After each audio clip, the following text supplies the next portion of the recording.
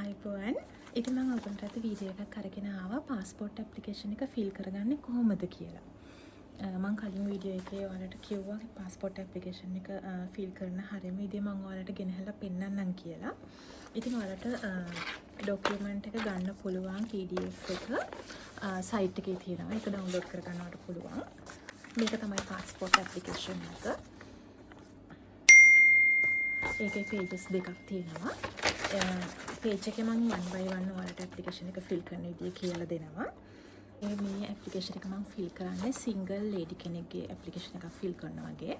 ඔයා හරිනම් ඔයා මැරිඩ් කෙනෙක් නම් ඔයාගේ සර්නේම් එක වෙනස් වෙලා තියෙනවා නම් හස්බන්ඩ්ගේ සර්නේම් එක වෙනස් වෙන මේ හස්බන්ඩ්ගේ සර්නේම් එක ඔයාට ඇවිල්ලා තියෙනවා නම් ඔයා ඒවට අදාළ ඩොකියුමන්ට්ස් අරගෙන යන්න ඕනේ. ඒ කියන්නේ ඔයාගේ වෙඩින් සර්ටිෆිකේට් එක, ඔයාගේ බර්ත් සර්ටිෆිකේට් එක හැමතෙම ඔයා අරගෙන යන්න ඕනේ. ඔයාගේ පාස්පෝර්ට් එක අලුත් විදියට හදාගන්න නම්. මේක දැන් මුලින්ම තියෙනවා. මුල්ම කොටස තියෙන්නේ කාර්යාලයේ ප්‍රයෝජන සඳහා කියලා. ඒක අපි ෆිල් කරන්නේ නැහැ. ෂණ එක තමයි type of service. Type of service කියන්නේ normal ද one day ද කියලා දාන්න පුළුවන්. ඔයාලට one day එකක් නම් 20,000 යනවා renew කරන එකකට සහ අලුතෙන් හදන passport එකකට. ඊට පස්සේ normal service එක ඔයාලට 10,000යි යන්නේ. normal service එකක් ඔයා දානවා නම් ඔයා අනිවාර්යෙන් ඔයා වර්තමානයේ ජීවත් වෙන ගෙදර ඇඩ්‍රස් එක හරියට normal service එකේ තියෙන fill කරන application form එක හරියට fill කරන්න ඕනේ. මොකද normal එක අපිට one day හම්බෙන්නේ නැති නිසා එයාලා අපිට මාස ගාණක් දෙකක් හෝ තුනක් යන්න පුළුවන්. අපි ඉන්න තැනට තමයි අපි මෙන්ෂන් කරලා තියෙන ඇඩ්‍රස් එකට තමයි එයාලා අපිට මේ passport එක printed document එක එවන්නේ. ඊළඟ එක තමයි type of travel document. මෙතන all countries කියලා කොහොමද අපිට දාන්න පුළුවන්. all countries. ඊළඟට present travel document. මෙතන තියෙනවා present travel document කියලා. present travel document එකේදී ඔයා මේක රිනිවල් එකක් නම් ඔයාගේ පරණ පාස්පෝර්ට් එකේ අංකය මෙතන ෆිල් කරන්න ඕනේ. මම දැන් මේක ෆිල් කරනවා. ඔයාලට මම පෙන්නන්නම් මම මේ ෆිල් කරන විදිය. මේ විදියට ඔයාගේ පරණ පාස්පෝර්ට් එකේ අංකය දාන්න ඕනේ. ඒ ඔයාගේ national identity card number එක දාන්න ඕනේ ඊළඟ එකේ. ඒක ඒ විදියට හරියට ෆිල් කරගන්න ඕනේ එක කොටුවක එක ඉලක්කමක් විදියට. ඊට පස්සේ surname එකයි other name එකයි ෆිල් කරන විදිය තමයි හැමෝටම ප්‍රශ්නයක් තියෙන්නේ. දැන් අපි හිතමු මං ෆිල් කරන කෙනාගේ නම මම එක්සැම්පල් එකක් ගන්නෙ. කිරිබණ්ඩාර ආරච්චිගේ දොන් සාරංග බණ්ඩාර. එයාගේ නම. කිරිබණ්ඩාර ආරච්චිගේ දොන් කියන එක surname එක. සාරංග බණ්ඩාර කියන එක තමයි other names වලට වැටෙන්නේ. මම ඔයාලට හරියට ෆිල් කරන විදිහ කියලා දෙන්නම්. ඔයාලට මොන හරි ප්‍රශ්න තියෙනවා නම් comment section එකේ දාන්න. මම ඒවට reply කරන්නම්. මෙන්න මේ විදිහ තමයි capital ලකුණෙන් ෆිල් කරන්න ඕනේ.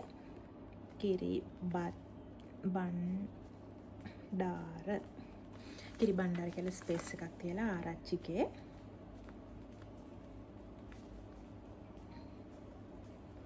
ස්පේස් දොන්. සර්නේම් එක තමයි මේ මම ෆිල් කරලා තියෙන කිරිබණ්ඩාර ආරච්චිගේ දොන්. ඊට පස්සේ other names වලට තමයි ඉතුරු කැලි දෙක යන්නේ සාරංග බණ්ඩාර කියන එක. හරිද? ඒකටත් ස්පේස් තියලා සාරංග බණ්ඩාර කියලා ඔයාලට ෆිල් කරන්න පුළුවන්. ඔන්න මම හරියටම නම ෆිල් කරා දැන් මේ ෆිල් කරන විදියට. ඔයාලට තාම හරි ප්‍රශ්න තියෙනවා. නිකමට හිතන්නකෝ ඔයාගේ නම සුපුන් තරංග කාර්යවසම්. සුපුන් තරංග කාර්යවසම් කියද්දී ඔයාලට සාමාන්‍යයෙන් මුලින් අර ඉනිෂියල්ස් තියෙන නමක් නැහැ. ඒ වගේ වෙලාවක ඔයා අනිවාර්යෙන් ෆිල් කරන්න ඕනේ සුපුන් තරංග කාර්යවසම් කියන එකෙන් සුපුන් තරංග තමයි other names. ඉන්න මම ඔයාලට පෙන්නන්නම්.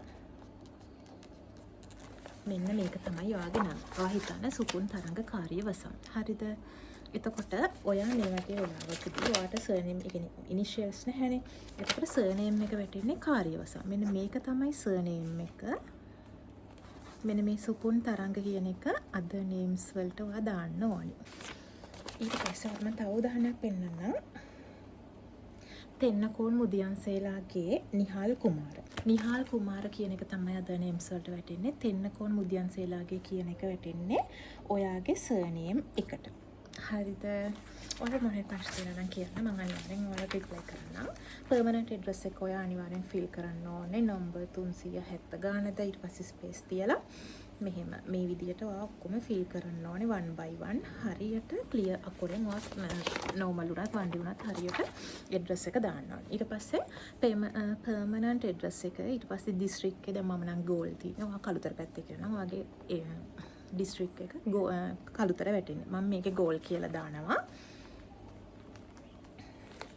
ඊට පස්සේ date of birth එක ඔයා හරියට ෆිල් කරන්න. මෙතන ඊළඟ සෙක්ෂන් එක තමයි අංක 10න් පෙන්නන birth certificate number එක කියලා.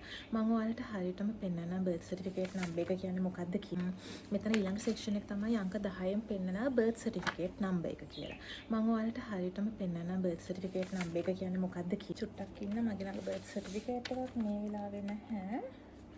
birth certificate එකේ මම ඔයාලට පෙන්නන්නම් එක ෆොටෝ එකකින් මේ birth certificate එකේ මෙන්න මෙතන මේ හරිය උඩ හරිය තියෙනවා නම්බර් එක නම් පෙන්නන්නම් එන්නේ නම්බර් එක තමයි මගේ නම් ඇත්තම birth certificate නම්බර් එක 53යි 43 අංක 4ක ඉලක්කමක් තියෙනවා 53 එන්නේ වගේ එකක් මෙතන birth certificate එකේ මේ පැත්තේ වම් පැත්තේ උඩ කෙළවරේ ඒක තමයි ඔයා මෙතනට දාන්න ඕනේ ඊට පස්සේ birth certificate එකේ district එක දාන්න ඕනේ ඒකේ තියෙන district එක ඒ කියන්නේ ඔයා ඉපදිච්ච හොස්පිටල් එකේ දිස්ත්‍රික් එක. නිසා මම කළුතර කියලා දානවා. ඊට පස්සේ place of birth එක ඔයාට සාමාන්‍යයෙන් ඔයාගේ birth certificate එකේ mention වෙලා තියෙන්නේ ඔයා general hospital කළුතර නම් general hospital කළුතර කියලා තමයි birth certificate එකේ තියෙන්නේ. ඔයා අනිවාර්යෙන් ෆිල් කරන්න ඕනේ ජෙනරල් හොස්පිටල් කියලා දාන්න එපා. ඔයා කෙලින්ම කළුතර කියලා විතරක් දාන්න. මොකද ඔයා ජෙනරල් හොස්පිටල් කියලා ඉස්සරහින් කෑල්ලක් දැම්මොත් තවත් ටෙම්පරරි තැනක ඔයා පාස්පෝර්ට් ඔෆිස් එකේ රැඳෙන්න ඕනේ. ඔයා කෙලින්ම ප්ලේස් එක විතරක් මෙන්ෂන් කරනවා නම් ඔයාට කෙලින්ම යන්න පුළුවන් ඔයාගේ ડોකියුමන්ට්ස් ටික අරගෙන ඩී පර්යන්තයට. ඒ නිසා ඔයා මෙතන අනිවාර්යෙන් දාන්න කළුතර කියලා විතරක්. ඔයා මොකද්ද හොස්පිටල් එක ජෙනරල් හොස්පිටල්ද මොකුත් දාන්න එපා. කෙලින්ම කළුතර කියලා විතරක් දාන්න. ඊළඟට sex female ද male ද කියලා දාන්න ඕනේ professional occupation. මෙන්න මේ අංක 13 professional කියන එක ඔයා නිකමට හිතන්න ඔයාගේ පාස්පෝර්ට් එකට ඔයාගේ ජොබ් එක ඔයාට දාගන්න ඕනේ.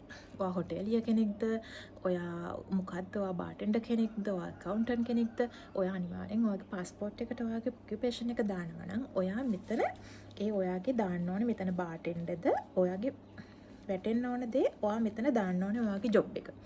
ඒ වගේම ඔයාගේ ඇප්ලිකේෂන් ටිකත් එක්ක ඔයා ඩොකියුමන්ට්ස් ටිකත් එක්ක ඔයා මේක දානවා නම් ඔයා අනිවාර්යෙන් ඔයාගේ සර්විස් ලෙටර්ස් පෙන්නන්න ගෙනියන්න ඕනේ කොපීස්.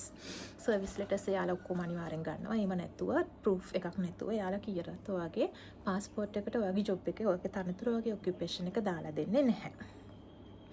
ඊළඟට 14 වෙනි එක have you obtained dual citizen in Sri Lanka. dual citizen කෙනෙක්ට ඔයාට වෙන රටක citizenship PR එකක් තියෙනවද? yes නම් yes නැත්නම් නැහැ. yes නම් තව ඔයාට තියෙනවා dual citizen number එකක් ඔයාට මේ පල්ලෙහා කැල්ලේ තියෙනවා fill කරන්න. නම් නැති නිසා මම no කියන එකට හරියක් දානවා ටික් කරනවා. මේ ඉංග්‍රීසි වලින් විතරයි මේ ආයතන පද fill කරන්න ඕනේ. අනිවාර්යයෙන්ම කැපිටල් වලින් විතරයි fill කරන්න ඕනේ.